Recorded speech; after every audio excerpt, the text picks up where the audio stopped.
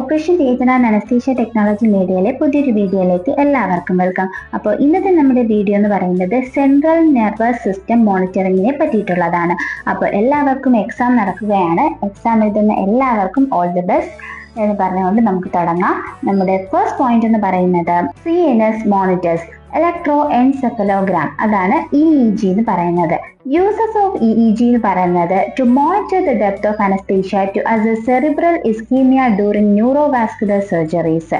ഇനി effect of anaesthetic agents in EEG നോക്കാം. All inhalation and intravenous anaesthetic agent produces biphasic pattern on EEG. Opioids only produce depression. Nitrous oxide and ketamine only produces excitation.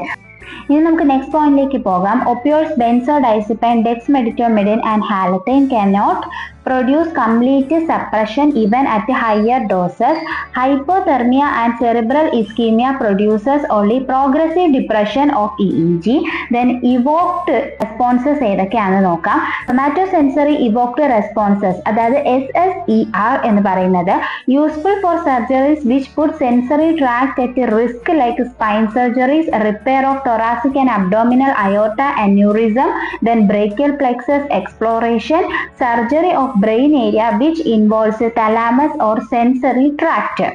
Then brain stem auditory or sensory tract, useful for procedures involving auditory pathways and posterior fossa surgeries.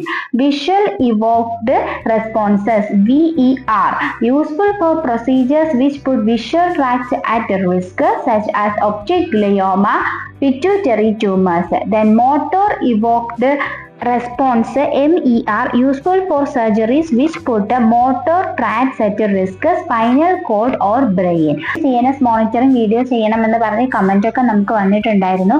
അപ്പോൾ ഞാൻ ഇതിൽ ഒരുപാട് explain ചെയ്ത് പറയുന്നില്ല, കാരണം നിങ്ങൾക്ക് exam ആണ്. ഏറെക്കുറെ കാര്യങ്ങൾ നിങ്ങൾ പഠിച്ചതുണ്ടായിരിക്കും. അതോടൊപ്പം തന്നെ ഒട്ടും പോയിന്റ്സ് എന്ത് എഴുതണം എന്ന് അറിയില്ലാത്തവർക്ക് വേണ്ടിയിട്ട് കൂടിയാണ് ഈ വീഡിയോ ചെയ്യുന്നത്. കാരണം ഇങ്ങനെയുള്ള പോയിന്റ്സ് ഒക്കെ എഴുതി കഴിഞ്ഞാൽ നിങ്ങൾക്ക് നല്ല രീതിയിൽ മാർക്ക് സ്കോർ ചെയ്യാൻ പറ്റുന്നതായിരിക്കും കേട്ടോ.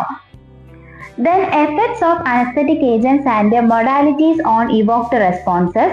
All inhalational agents, barbiturates, propofol, benzodiazepines, neurological injury, ischemia, hypothermia inhibit evoked responses.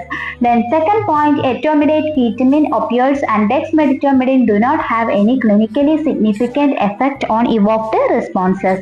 അപ്പൊ ഞാൻ മറ്റൊരു വീഡിയോയിൽ പറഞ്ഞിട്ടുണ്ടായിരുന്നു, നമുക്ക് 5 മാർക്ക് ക്വസ്റ്റ്യന് എത്രത്തോളം ആൻസേഴ്സ് നമുക്ക് കറക്റ്റ് ടൈം അനുസരിച്ച് എഴുതാൻ പറ്റും എന്നുള്ള വീഡിയോ ഒക്കെ നമ്മൾ ചെയ്തിട്ടുണ്ട്. അപ്പൊ നമുക്ക് ഒരു ക്വസ്റ്റ്യന് നമുക്ക് കിട്ടുന്ന ടൈം എന്ന് പറയുന്നത് 9 മിനിറ്റ് ആണ്.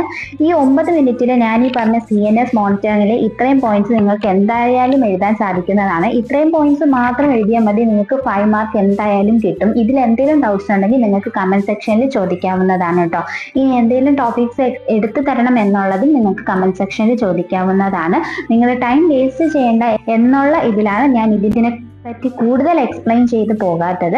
അപ്പോൾ ഇതിൽ എന്തെങ്കിലും ഡൗട്ട്സ് ഉണ്ടെങ്കിൽ കമന്റ് സെക്ഷനിൽ ഉറപ്പായിട്ടും ചോദിക്കാവുന്നതാണ്, റിപ്ലൈ തരുന്നതായിരിക്കും കേട്ടോ. അപ്പോൾ ഇന്നത്തെ നമ്മുടെ വീഡിയോ എന്ന് പറയുന്നത് ഇത്രയേ ഉള്ളൂ. വളരെ ചെറിയൊരു വീഡിയോ ആണ്. 5 മാർക്ക് ക്വസ്റ്റ്യന് കറക്റ്റ് ആയിട്ട് നിങ്ങൾക്ക് 5 മാർക്ക് സ്കോർ ചെയ്യാൻ പറ്റുന്ന രീതിയിലുള്ള പോയിന്റ്സ് ആണ് ഞാൻ ഇതിനകത്ത് കൊടുത്തിരിക്കുന്നത്. അപ്പോൾ ഇനി നിങ്ങൾക്ക് എന്തൊക്കെ ടോപ്പിക്സ് ആണ് വേണം എന്നുള്ളത് ഒരു കമന്റ് സെക്ഷനിൽ പറയാം. അപ്പോൾ താങ്ക്സ് ഫോർ വാച്ചിങ്. അതോടൊപ്പം ഞാൻ പറഞ്ഞ കാര്യങ്ങൾ മനസ്സിലായിട്ടുണ്ടെങ്കിൽ ഒന്ന് ലൈക്ക് ചെയ്യുക. അതോടൊപ്പം ഈ സബ്ജക്ട് പഠിക്കുന്ന സ്റ്റുഡൻസിലേക്ക് ഇതൊന്ന് ഷെയർ ചെയ്ത് കൊടുക്കുക, സബ്സ്ക്രൈബ് കൂടെ ചെയ്യാം കേട്ടോ. നെക്സ്റ്റ് വീഡിയോ ആയിട്ട് നമുക്ക് ഉടനെ തന്നെ കാണാം. അതുവരേക്കും ഓക്കെ, ബൈ, താങ്ക് യു.